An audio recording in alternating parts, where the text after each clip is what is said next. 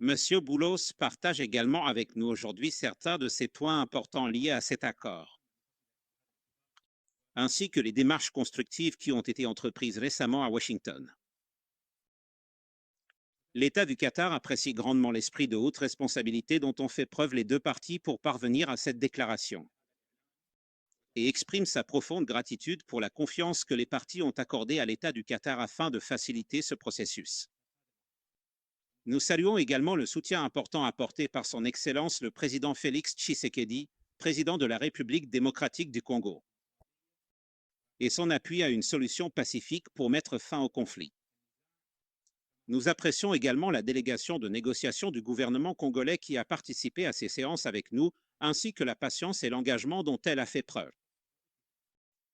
Nous exprimons aussi notre grande reconnaissance pour la coopération constructive démontrée par le vice-président du mouvement M. Monsieur Bernard Bessemio et la délégation qui l'accompagne. Les négociations ont été jalonnées de nombreux défis. Mais, grâce à Dieu, nous avons pu franchir une étape très importante vers la paix en signant cette déclaration. La déclaration de principe entre les deux parties. Les efforts de l'État du Qatar dans ce dossier ont commencé lorsque Son Altesse le Cheikh Tamim Ben Hamad Al Thani, l'émir du pays, a accueilli à Doha Son Excellence le président Félix Tshisekedi, président de la République démocratique du Congo, et Son Excellence le président Paul Kagame, président de la République du Rwanda, au mois de mars dernier, ce qui a été considéré comme une étape essentielle vers la résolution pacifique. Cette rencontre a été suivie d'une série de réunions de négociation entre les parties, ce qui a constitué un véritable point de départ pour la paix et la tolérance entre les parties en conflit. Et lors de cette réunion en mars, le président de la République démocratique du Congo a exprimé sa volonté d'ouvrir un dialogue sérieux avec le mouvement M23 et son désir que l'État du Qatar accueille une série de ces négociations entre les parties. Depuis mars dernier, le Qatar a accueilli directement ces discussions qui se sont déroulées dans un esprit positif et responsable, partant de sa conviction profonde que le dialogue est la voie essentielle pour résoudre les conflits entre les parties, ce qui a abouti à cette déclaration historique.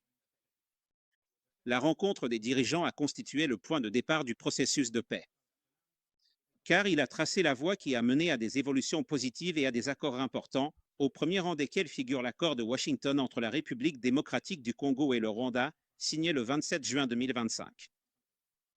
L'annonce d'aujourd'hui vient couronner la coordination étroite qui a accompagné cet accord.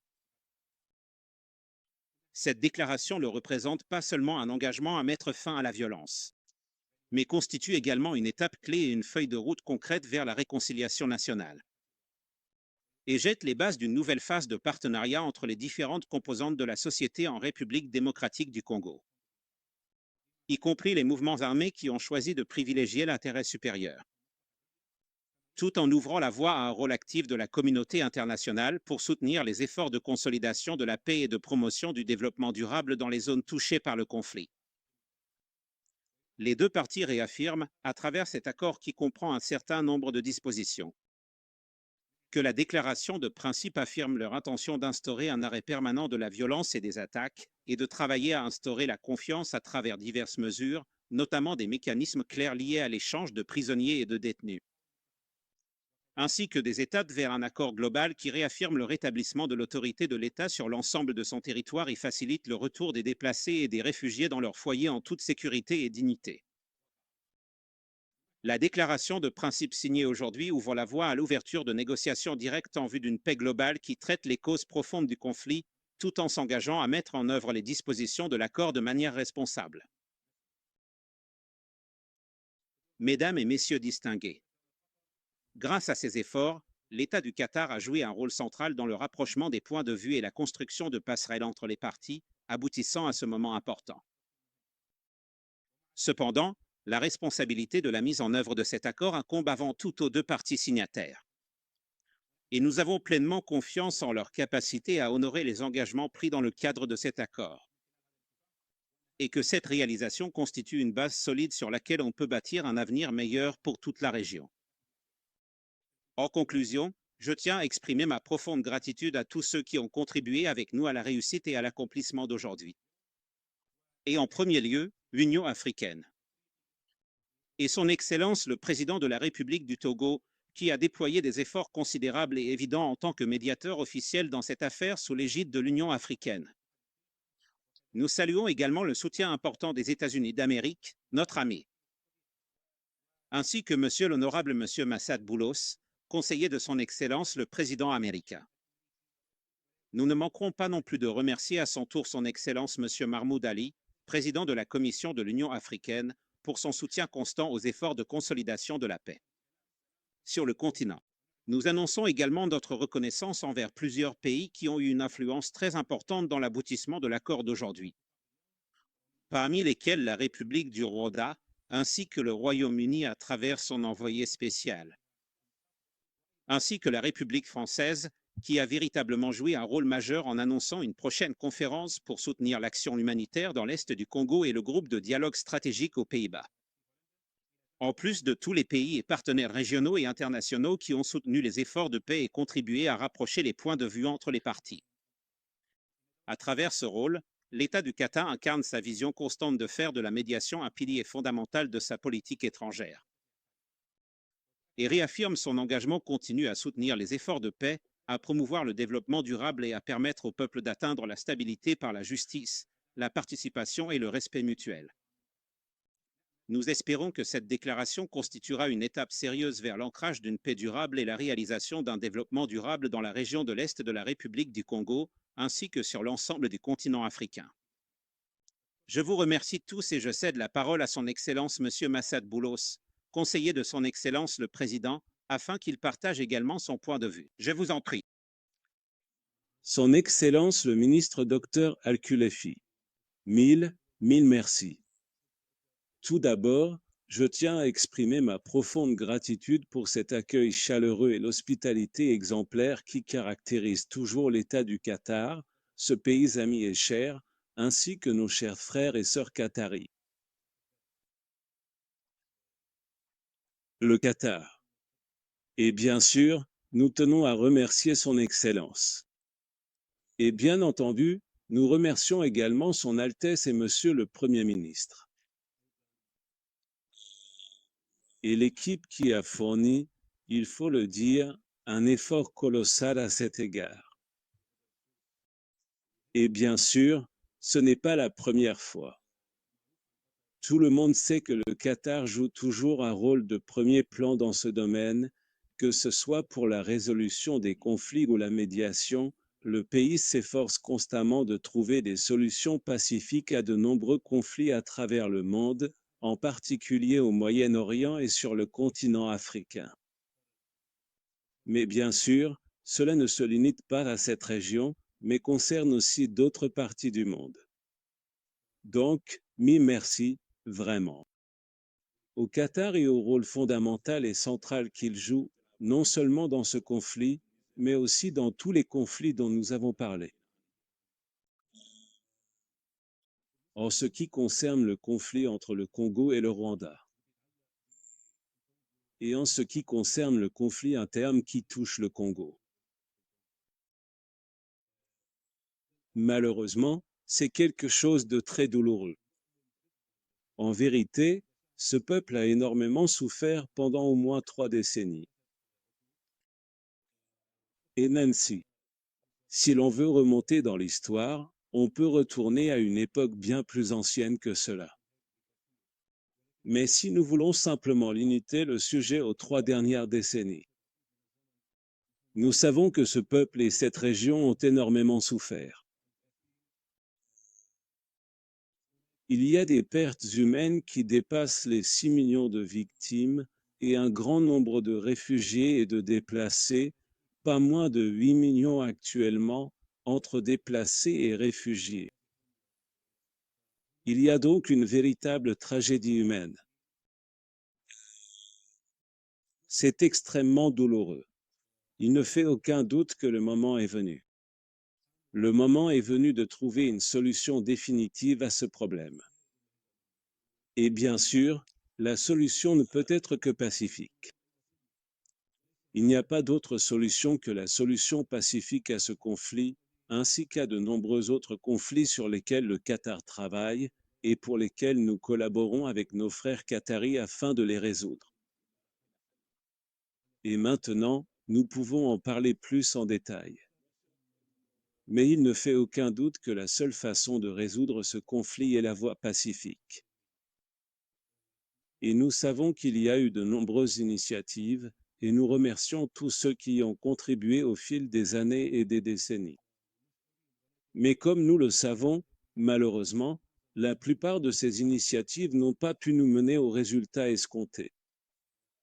Mais comme son Excellence l'a mentionné, il y a environ 4 mois, le Qatar a lancé, et nous les en remercions, une initiative qui était vraiment très importante. Et lorsque Son Altesse a invité ici à Doha les présidents congolais et rwandais, Kagame, à une réunion. C'était une rencontre très importante.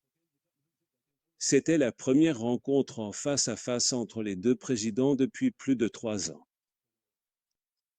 La rencontre a été cordiale et fructueuse.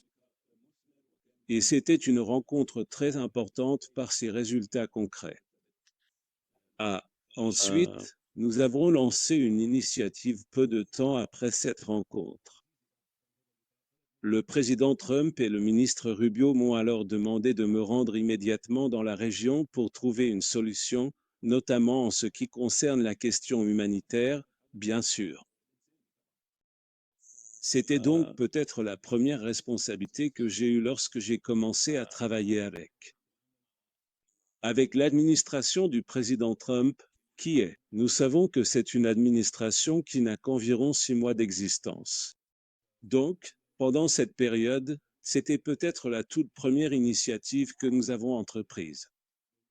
Bien sûr, surtout en ce qui concerne le continent africain. Nous savons que le continent africain souffre de nombreux conflits et c'est vraiment très regrettable. Mais, en coopération avec nos frères qataris et un grand nombre de partenaires, nous espérons, si Dieu le veut, pouvoir parvenir à des solutions pour plusieurs de ces conflits dans un avenir proche. Je me suis donc immédiatement rendu dans la région et j'ai eu l'honneur de rencontrer le président Tshisekedi, puis le président Kagame, ainsi que plusieurs autres présidents de la région. Et nous avons réussi, en l'espace d'environ 2 semaines après cette première visite, à obtenir une déclaration de principe de la part des deux parties. Et cette déclaration a été approuvée à Washington. C'était il y a environ 3 mois à l'époque. Ensuite, nous nous sommes mobilisés avec nos frères qataris, bien sûr, avec l'aide de nos frères de l'Union africaine, qui ont toujours joué un rôle central et très important, notamment à travers la présidence actuelle de l'Angola, ainsi que le pays chargé de ce dossier, le Togo, et de nombreux amis, comme l'a dit son Excellence, y compris la France et d'autres. Nous nous sommes donc mis au travail et nous avons réussi à parvenir à un accord de paix. Et tout le monde s'est demandé si cet accord du 27 juin, qui est devenu connu sous le nom d'accord de Washington. Tout le monde se demandait si c'était un accord final, un accord préliminaire, ou quel était exactement cet accord. Parce qu'il a été signé. Il a été signé par les ministres des Affaires étrangères. Mais nous tenons à confirmer que c'est bien cet accord. La paix définitive entre les deux pays, entre le Congo et le Rwanda. Aujourd'hui, nous devons bien sûr mettre en œuvre cela avec nos frères qataris, avec l'Union africaine et un certain nombre de partenaires. Nous sommes aujourd'hui chargés de mettre en application cet accord de paix. Et c'était un accord de paix très important parce qu'il comprenait un certain nombre de clauses que l'on peut considérer comme nouvelles et avancées, qui n'existaient pas auparavant. Car tout le monde se posait la question. Il y avait eu de nombreuses initiatives dans le passé. Et même certains accords avaient été conclus, mais ils n'ont pas été appliqués. Quelle est la différence entre ces accords et le nouvel accord signé à Washington, qui sera bientôt signé aussi au niveau des chefs d'État, si Dieu le veut, à la Maison-Blanche. Il y a une grande différence. Nous pouvons bien sûr entrer dans les détails, mais cet accord comprend des mécanismes de mise en œuvre ainsi que de nouvelles clauses et de nouvelles initiatives, certaines économiques, d'autres sécuritaires et d'autres encore logiques, qui sont très importantes dans ce contexte. Et certaines concernent des questions internes, d'autres des questions externes entre les deux pays et dans la région dans son ensemble. Il y a donc aussi un certain nombre d'accords qui seront signés en même temps à Washington et qui sont également en cours de préparation. On peut donc considérer qu'il s'agit d'un ensemble intégré de questions sur lesquelles on travaille de manière sérieuse et intensive. Quant à la déclaration qui a été signée aujourd'hui, nous tenons à féliciter les deux parties et à féliciter le cher peuple congolais, un peuple qui mérite tout le bien. Un peuple qui a beaucoup souffert pendant de nombreuses années et décennies, il mérite de vivre en paix. Il mérite de vivre dans une certaine prospérité. Et nous savons que le Congo est un pays qui ne manque absolument de rien en termes de ressources naturelles et de ressources humaines. Et l'eau, ainsi que toutes les richesses naturelles que l'on peut imaginer. C'est-à-dire tout pays et tout peuple qui bénéficie de cela dans un pays immense, très vaste, avec une population très nombreuse, peut jouer un rôle central et fondamental. Nous souhaitons donc tout le meilleur à nos frères et sœurs du Congo. Nous espérons bien sûr que cette première étape est une déclaration de principe. Mais ce sont des principes très importants qui concernent un certain nombre de questions fondamentales. Mais ils sont fondés sur le principe du dialogue, sur le principe de la paix et sur la résolution pacifique des conflits. Nous souhaitons donc tout le meilleur à nos frères et sœurs du Congo et nous espérons de bonnes relations de voisinage avec le Rwanda et les autres pays voisins, y compris l'Ouganda, le Burundi, la Zambie, l'Angola et d'autres encore.